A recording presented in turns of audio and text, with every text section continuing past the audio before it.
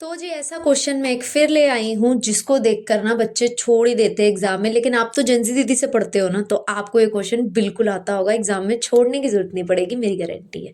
तो अब क्वेश्चन आपको बोल रखा है इफ 5 tan θ = 3, तो आपको इस पूरे की वैल्यू फाइंड आउट करनी है।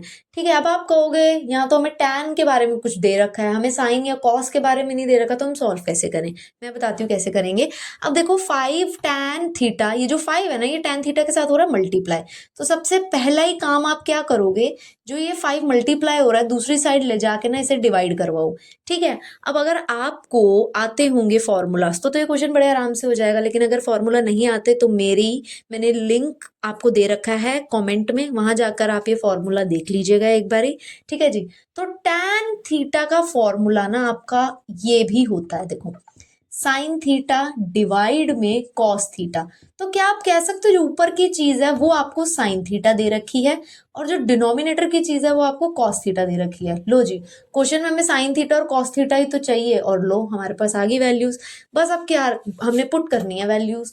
तो 5 लिखेंगे तो ये 5 और sin θ ना आपस में मल्टीप्लाई हो रहे हैं, तो ब्रैकेट लगा लो। अब sin θ हमने क्या निकाला है, 3 लिख देते हैं, 3 ब्रैकेट क्लोज, -4, और फिर ये भी दोनों मल्टीप्लाई हो रहे हैं। cos θ हमारा है 5, लिख देते हैं। फिर डिनोमिनेटर में आते हैं, लिखते हैं हम 5, फिर ब्रैकेट ओपन करके sin θ हमारा 3 ही है, प्लस का साइन लगाएंगे। ठीक है जी, 4 लिखते हैं, और cos θ हमारा दे रखा है हमें 5। चलो जी, आइए फटाफट से मल्टीप्लाई कर लेते हैं, बड़े छोटे छोटे नंबर्स हैं। 5 3 कितना होता है 15, और 4 5 20 हो गया जी। उसके बाद 5 3 फिर 15 प्लस का साइन, और 4 5 फिर से 20। लेकिन अब यहाँ से आपको थोड़ा सा गौर करने की जरूरत है, यहाँ माइनस का साइन है और यहाँ प्लस। तो आप 15 में से तो 20 कर ही नहीं सकते ना माइनस, तो आपको 20 में से 15 माइनस करना है और बचेगा 5।